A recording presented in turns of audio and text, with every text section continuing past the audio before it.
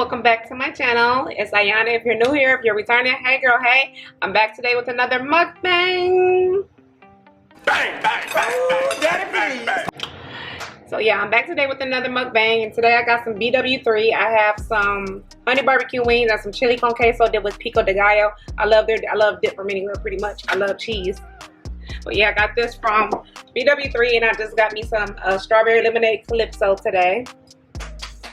Be sure to grab yourself something to eat and have a seat, honey, for the story time. So today I'm back with the mukbang, and I do have a story time, of course. I wouldn't do a mukbang without one. I'm sorry, y'all. Gotta take a bite first, though. Okay, so the story time for today is from For My Man. All these women be crazy, child. I don't understand it. Anyway, the story today is from For My Man. Look at this dip. So creamy. Can y'all see it? I don't want to spill it. But it's from For My Man, and it's about this couple. I'm just gonna call them. I'm gonna call her Marcy and Flex. So there's two. It's this couple. It's two Jamaicans. So about two Jamaican, a black girl, Jamaican, and a Jamaican guy. They live in Jersey. They live in this part of Jersey called Cherry Hill. I guess it's like the suburbs of Cherry Hill. They said it's right on the borderline of Pittsburgh. But anyway, the girl Marcy is an immigrant from Jamaica. And, you know, they just say how she likes the party scene. She was trying to get her name out there, whatever, I guess. So one night she goes to this club, to this dance hall performance. Dance hall in the Jamaican culture is like, it's just huge in their culture, I guess. It's very popular, like, entertainment for them. She goes to see this guy perform. The guy's real name is Anthony, but his stage name is Flex. So she must have been up front or something at the concert. So Flex pulls her on stage. Mind you, these Jamaican dance hall things are big. It's not just like a local rapper. These concerts are big in the Jamaican culture. He's pretty much famous. So he pulls her on stage, talking about Flex. So Flex and Marsha hit it off. I'm so hungry. Flex and Marsha hit it off real big. Not just on the stage. She had beautiful brown skin. She was a pretty girl. And he was a good looking dude, I guess. They were a cute couple. I wouldn't be like, oh, they fine, but they was cute. And she was turned on by everything Flex had going on. He would throw all this money out at his shows. He had money. He just had the I'm rich, I'm an entertainer type of personality, and she liked that. So not only did they hit it off that night, they ended up turning to a relationship. Not too soon after that. I mean, not too long after the stage fiasco, whatever, she ended up moving in with him. He had a nice condo in the upscale part of Jersey. She ended up moving in. Their relationship became very popular. She became the queen of the dance hall because he was the king of the dance hall, and he made everybody aware that was his girl, and she was always on his side. He spoiled her with gifts. Designer this, designer that. They lived in a luxury apartment like you got a binge, your neighbor do too. That type of environment. So they were very well known, and he was big on the scene. So as their relationship goes on, they ended up having two children together. Two kitties that they raised together in the condo, I guess. They didn't show the kids, of course. We should just share with y'all. I know I got my notes here. Little did Marcy know that Flex was involved in more than just dance hall. I guess he made decent money from that, but not enough to keep him happy. He was involved in some drugs. Now, no corner boy drugs, okay? He was bringing in kilos of cocaine from Jamaica.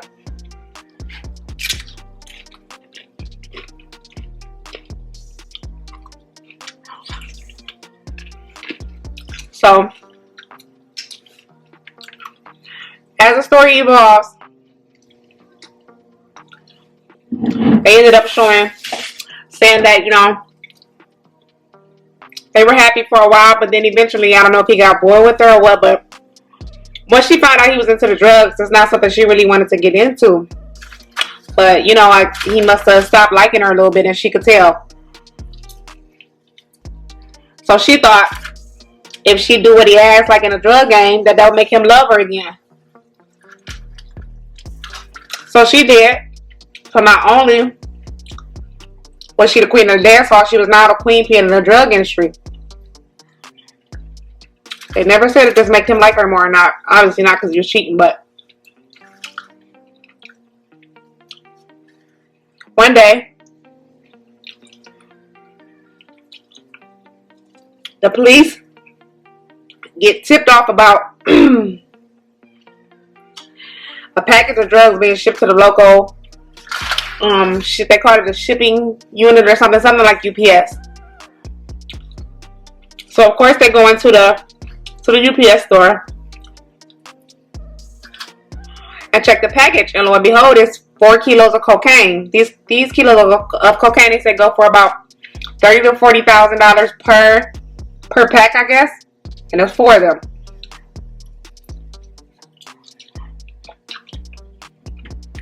So they close the packages back up.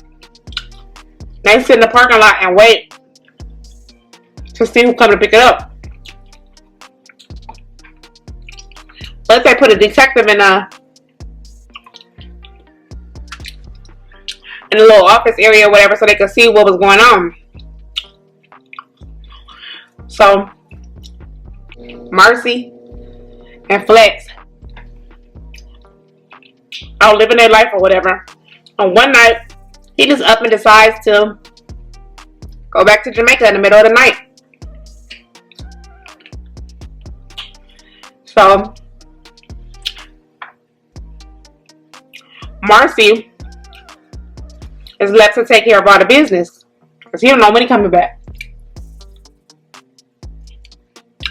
I don't know how that was okay when you got to keep 2 kids and a woman at home, but okay. Ew, I don't like that stringy crap.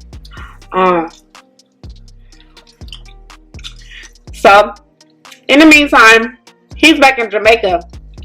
The police sit in the parking lot of this P.O. box office or whatever, and you know, they thinking, okay, this person must have been tipped off. Nobody's showing up because they sit out there for hours. And then the fancy car pulls up. Flashy car was a Jag. This was back in the 2000s, so it was a newer body style Jag. XLR. They seen this, so this immediately put the police that was in the parking lot on the radar, because you know most drug dealers have flashy cars. This set them off. So they watch. This car pulls up to the P.O. box, to the office. Out jumps this pretty woman, you know, dressed decent looking woman. It's Marcy. In goes Marcy. She walks into the post office and heads directly to those packages. However, she started looking around. Something didn't feel right to her. So she backed away from the packages and walked out empty-handed. She could just tell something was off. You know, you had those instincts. She knew a cop was in there or something. Somebody tipped her off. Or so. Well, I don't think nobody tipped her off, because she never would have won if that was the case. But she could just tell. So she left empty-handed. So the police go back in the post office to find out what went on. And the clerk tells them, I know her. That's Flex's girlfriend. So he's like, who's Flex? He's like, just pull him up on your phone. As soon as he gets on his phone, he pulls him up because he was famous in Jamaican culture. And lo and behold, it's a picture of Flex and Tasha. Who is Tasha? Flex and Marcy. When the police Google them or whatever. So they couldn't do nothing at that point, because she left. She didn't take anything. They didn't know what was going on. They knew, but you had to prove it in the court of law. So she ended up leaving, but now they on the hot. They under the radar now because the police know who it is. They had no idea who those drugs belong to, but now they know. So they went and got a court order to have the phone tapped of Marcy and Flex. Of course, Marcy and Flex is clueless. And they're doing a lot of phone conversations because, like I told you, Flex done took his ass to Jamaica, honey, in the middle of the night. Somebody done tipped him off or something. He done left her and the kid. So the police recorded conversations, and one of the conversations, he said, Flex tells Marcy, give him 1, and that's it. The police took that as code for 1 kilo. And she says, okay, she agrees. So, I guess later that evening or that week or whatever, she ends up meeting this guy. I'm going to call him Deontay. She meets Deontay in a parking lot. And of course the police meet her there. They follow her. She can't tell. But they're watching her. They're following her. And she meets up with this guy. So they see some activity going on in the car or whatever. And she sees, and they see Marcy hand Deontay a pink shopping bag. At that point, they got to move in because they don't know what's about to happen. So they call for backup. Police swoop up on Marcy and Deontay. And they're both just so shocked. They just standing there like this, like hands up. They know what's going on. They arrest them both. Inside of the shopping bag, they found one kilo of cocaine and a receipt with Marsha's name on it, y'all. Why the hell you sign the receipts? I mean, I ain't in the drug game, so I don't know. Do y'all give out receipts? I ain't know that. But anyway, look at the drug dealers being all professional, handing out receipts and stuff. Like, I didn't know that. But anyway, they like, we got her now. She got her name signed on this receipt, and we see the cocaine in the bag. So they arrest her and Deontay. They take them both to jail. Question them separately. Neither one of them talk.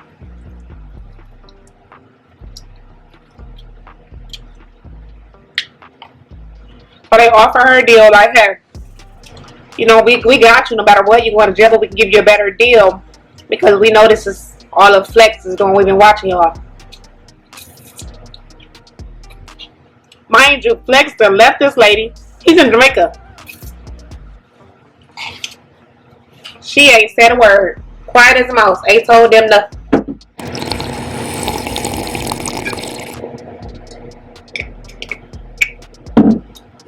She won't tell them anything, but they got her enough to keep her.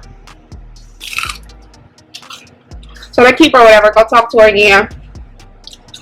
As days go by, this time they got pictures of Flex in Jamaica living the life, pouring champagne on women in the club, doing his dance hall performances, just out living his life while she's stuck in jail. But his mess.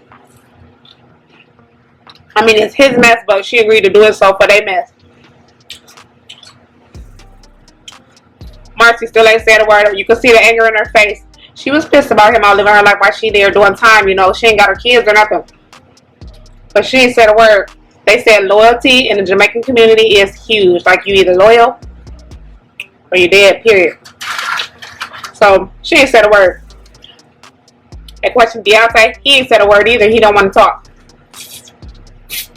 These Jamaicans, he was Jamaican too. They loyal as, I don't know, honey. I don't even know what to call it. But then they started arresting every single assailant that they could find from the tap. They tapped their phones. So they started bringing in all these people. Nobody would talk except this one girl. They arrested probably like 7 people. It was this one girl. I'm going to call her Leah. Her name was Leah. She was a good acquaintance of Flex and Marcy.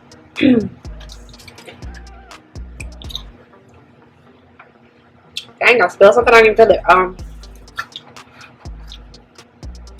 So they bring her in. She's scared, and they're like, you know, you're going to tell her the same thing. You're going to jail, but we can give you lesser time if you decide to talk. We want whatever information you have on Flex.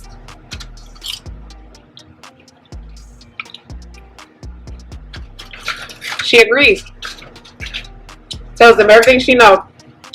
She told them that her place was used for one of the stash houses. She would cut up the dope, cut up the cocaine or whatever for them. So she had all the information because the drugs was being distributed or made or whatever through her apartment. But she also told them she was having an affair with Flex. This girl was friends with Marcy and Flex, like they both was dealing with her. So of course they showed them like a little snippet. This is a reenactment, of course, of them all in a room together laughing and talking or whatever. And this girl Leah, a snake. She got into the drug game because she was really in debt at one point in her life. And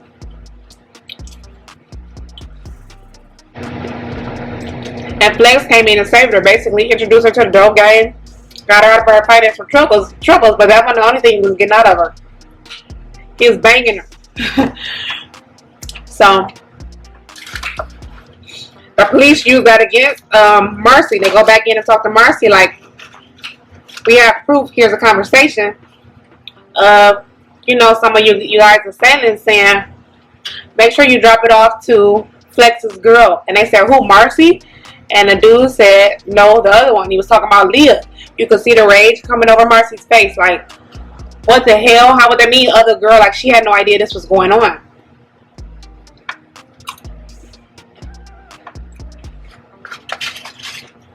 Y'all think Marcy talked? She was pissed, but she didn't say a word. So the police just didn't know what to do because they couldn't get anything out of her. At this time, still no sign of Flex. He's still in Jamaica, and they know this. But they can't do nothing inside of their jurisdiction. 2 years go by.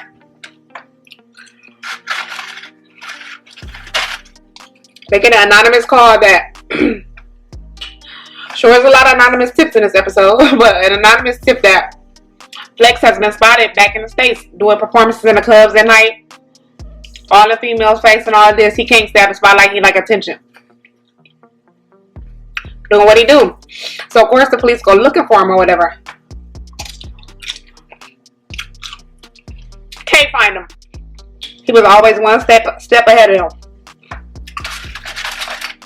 Y'all, this gets so good. Always one step ahead of them. But the police, these police kind of smart. They knew he was back in the States not only to do what he wanted to do, but he wanted to upgrade his car. How they knew this, I don't know. So they called all the major dealers and let them know, like, hey, if this guy calls, let us know. And one of the dealers happened to be like, he actually called 2 hours ago. He'll be here later today. So of course the police go to the dealership and set up shop.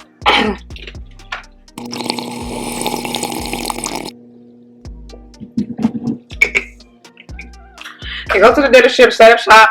Flex pull up to the parking lot. You know, hey, about to buy him a new whip. About to get him a new Jag or whatever it is he's trying to get. Police like, put your hands up. He just shake his head. He know he caught. He don't even say a word. You know, he just go in peace. He was very respectful, they said. They take him down and arrest him. Ask him questions like, we got all this evidence of you, blah, blah, blah. Honey Flex is like, I don't know what y'all talking about. And got lawyered up real fast.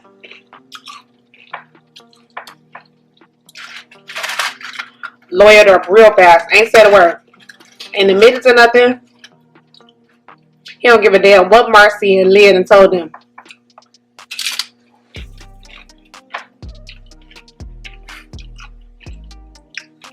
So they arrest him. You know, tell him he's facing 25 years. He don't care. He's not pleading to anything. But Remember Deontay that I told you about? Deontay and Leah got a lesser deal. I think they got like 5 to 7 years or something. Because they plead out.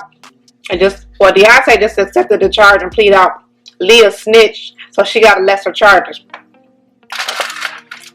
So they go back to Leah. Give her one more try. Like, you sure you don't want to take this deal? No. She's not budging. So they end up taking them to trial. Flex and Myra to trial. Marcy. Who is Myra?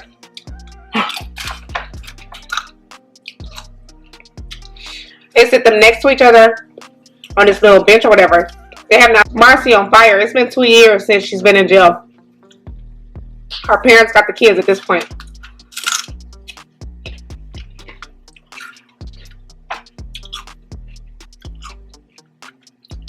It said you could see the rage in Marcy's eyes. She wanted to confront him about everything. Like, I'm in jail serving all this time for you. All these females, you were sleeping with my friend, like all this. But she ain't said a word to him. They didn't say nothing to each other. They said Flex was sitting there looking nonchalant and Marcy was looking like she wanted to kill him. But they ain't said a word to the officers and they ain't said a word to each other. So this is somebody that's been together. They were together for about 10 years. You finally see him after 2 years and you ain't got nothing to say. She knew that would probably cause problems. That's some loyalty because I'd have dogged them. But they end up taking them to trial. They're both cleared up. And both found guilty of money laundering, drug trafficking, and something else. I'm not sure. But he ended up getting 25 years. No chance for he's eligible for parole in 2025, I think. And Marcy got 21 years. Her mother has a kid. She took him back to Jamaica. Y'all, this story. This lady was so loyal. I mean, just don't put me in no situation to where I gotta tell you about anything because I ain't going to jail for nobody. And after what he did, she ain't said a word. 21 years, you can't see your kids. Of course, you'll get to see them again, but I don't know, that's just too much. For him to come back and act all nonchalant like nothing happened, like this is your fault. I'm in here, you ain't got shit to say. Or you going down, Chauncey. But no, not her. That loyalty in Jamaica, honey, that's taught different. But anyway, yeah, that's the end of the story time. It's from For My Man. I will have it linked down below if you're interested in watching. Ask a question, leave a comment, be sure to subscribe. Follow me on my IG. And inbox me questions or any topics you would like for me to discuss, and I will do mukbangs or girl talk videos or whatever on those also. I'm done eating, y'all. My nose is running. I'm spilling stuff all over my shirt. Be sure to check out my playlist at the end of this video. Probably like right here somewhere. Other mukbang story times if you're interested. I really appreciate you for watching. Thank you so much. I hope you're done eating. And I will see you next time. Bye.